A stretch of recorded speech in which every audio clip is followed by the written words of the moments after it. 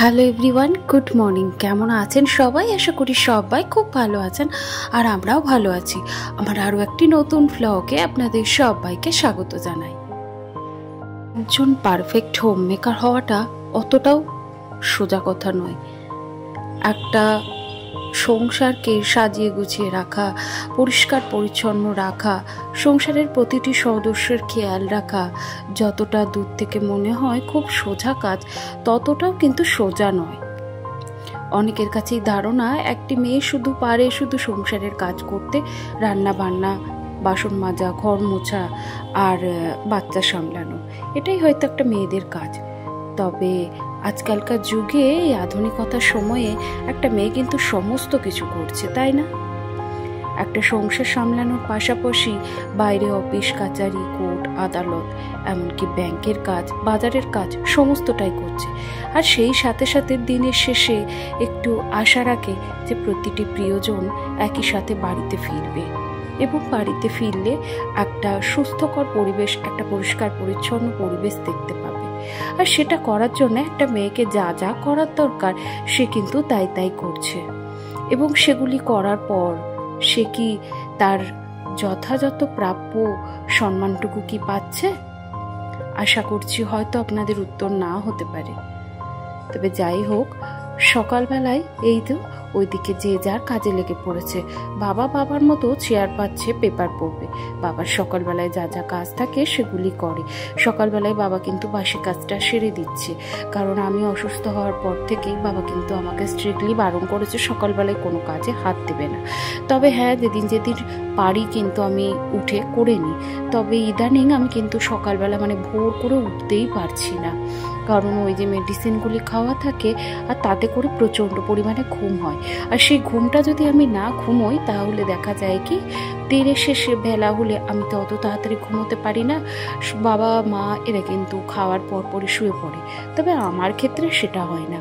জানেনই তো, সংসারে ছোটোখাটো অনেক রকমের কাজ থাকে, সেগুলি কমপ্লিট করতে করতে দেখা যায় কি হয়তো বিকেল হয়ে গেল, তারপরে আর শোয়া হলো না।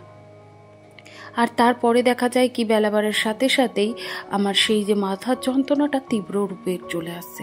আর তখন কিন্তু মনে হয় সব কিছু ছেড়ে দিয়ে থাক, একটু শুয়েই থাকি। তাহলে সেই যে আমি শোবো, তাহলে সেই শোয়াটা আগে শুলে যদি আমার সংসারটা একটু ভালো থাকে তাহলে কেমন হয়, তাই না? তো যে কারণে এখন আর সেভাবে সকালবেলায় উঠি না। আমার মনে হয় একটা এনার্জেটিক দিন শুরু করতে গেলে নিজেকে এনার্জেটিক রাখাটা সব থেকে প্রয়োজনীয়। আর সেই এনার্জেটিক থাকতে গেলে ঘুমটা কিন্তু মাস্ট। দিনে 8 থেকে 9 ঘন্টা কিন্তু আমাদের ঘুমানো প্রয়োজন। তবে কিন্তু দেখবেন দিনের শুরুতে এনার্জি নিয়ে আপনি সংসারের কাজগুলি করতে পারবেন। আমার জানলার সামনে, এই যে ডাইনিং রুমের জানলার সামনে বেশ কিছু গাছ রেখেছি। তো গাছ থেকে না একটু আধটু মাটি নোংরা তো পড়েই, তো সেইগুলিকে সকালবেলায় গুছিয়ে পরিষ্কার করে পাশের বেডরুমটি দেখলাম বেশ পরিষ্কারই রয়েছে, তবে বালিশগুলো একটু ওলট পালট রয়েছে। সেগুলোকেও যথাযথ জায়গায় গুছিয়ে রেখে এই তো মা, আমি চা, মুড়ি, বিস্কিট নিয়ে বসে পড়েছি। আর এরপরেই এই যে দুপুরবেলাকার লাঞ্চের প্রস্তুতি। গতকালকেই সোনার বাবা রাত্রিবেলায় বলে রেখেছে যে মটর ডাল খাবে। তবে এই জিনিসটা খুবই খারাপ, জানেন তো। আমার মা বলতো যে, আমার শাশুড়ি মার থেকেও শুনেছি, আবার আমার দিদি শাশুড়ি মার কাছ থেকেও শুনেছি, কখনোই আগের দিন কিন্তু বলে রাখতে নেই যে কি খাবো। তবে আমার হাজব্যান্ডকে আমি বলে পারি না, ও কিন্তু রাত্রিবেলায় ওর স্বভাব মতোই কিন্তু প্রতিদিন বলে রাখে যে কালকে কি রান্না হবে। আসলে আমাদের বাড়ির রান্না কি হবে কি হবে না, কি খাবে কি খাবে না, তো এইটা না সম্পূর্ণটাই আমার হাজব্যান্ড ঠিক করে দেয়।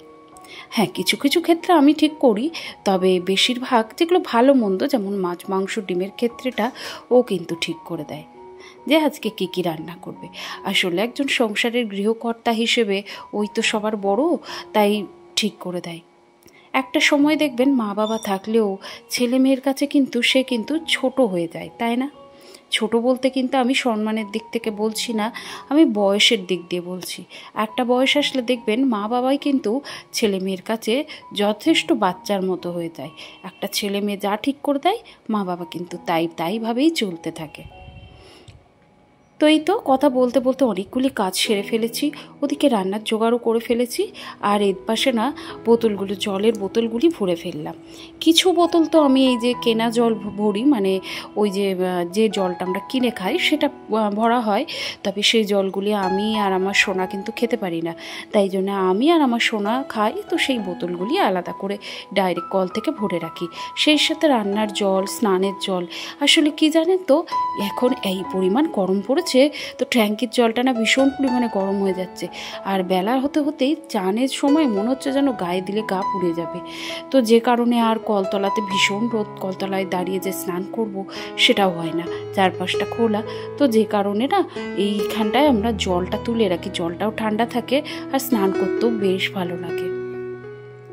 গতকালকে কিছু সবজি এনেছিলাম, আসলে মধ্যবিত্ত পরিবারে একটু পয়সা বাঁচাতে একটু বেলার দিকে করে বাজারে গেলে কি হয়, সবজিটা অনেকটাই কম মূল্যে পাওয়া যায়।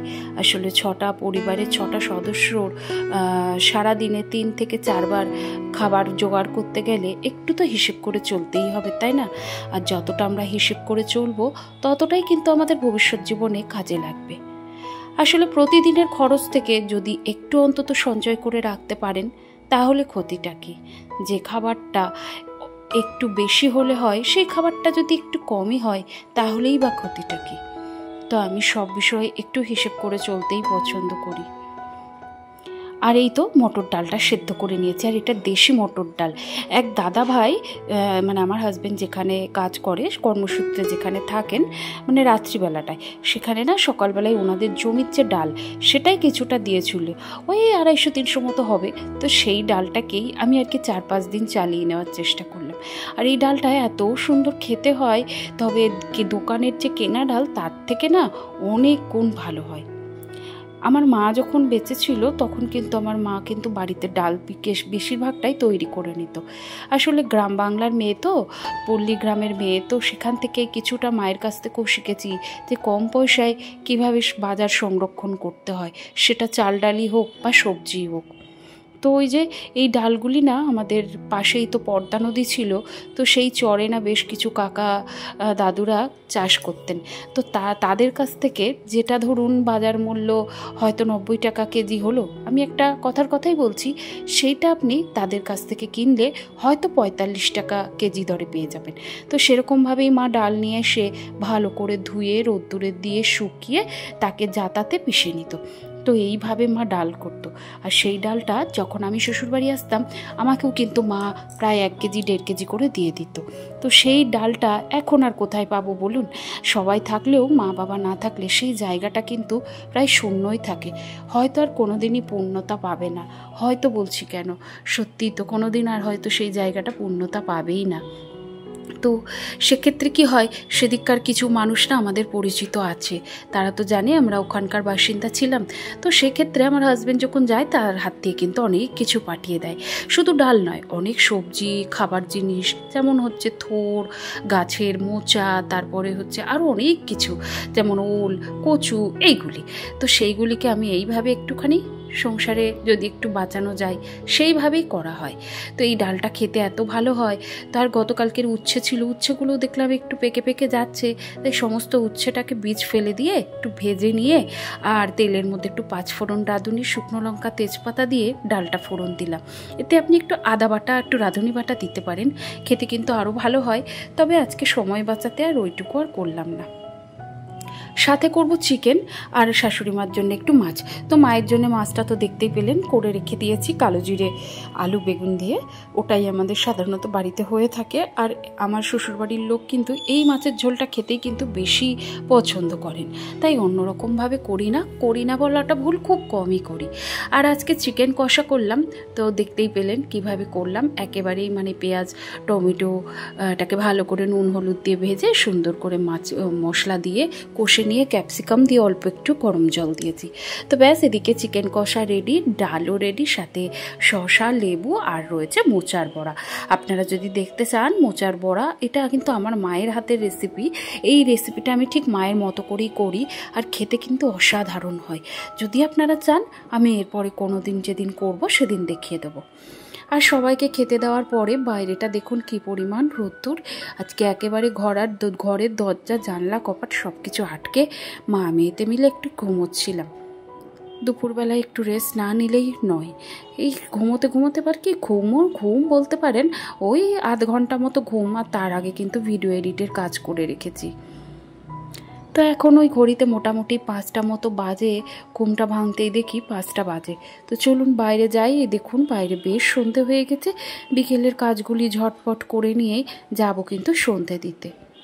রোজকার বলা কথা আবারও একবার মনে করিয়ে দিই, আমার আজকের ভিডিওটি আপনাদের কেমন লাগলো অবশ্যই কিন্তু একটি ছোট্ট হলেও কমেন্টের মাধ্যমে জানাতে ভুলবেন না। আর ভিডিওটি কোনো অংশ যদি কাজে লেগে গিয়ে থাকে বা আপনার যদি ভালো লেগে থাকে প্লিজ একটি লাইক করে দেবেন। আর আপনি যদি আমার চ্যানেলে নতুন হয়ে থাকেন চাইলে চ্যানেলটিকে সাবস্ক্রাইব করে রাখতে পারেন। আর হ্যাঁ, যারা অলরেডি সেটা করে ফেলেছেন তাদেরকে অসংখ্য ধন্যবাদ জানাই।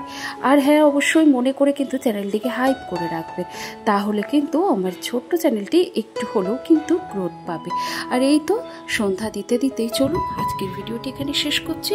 আবারও দেখা হবে নতুন কোনো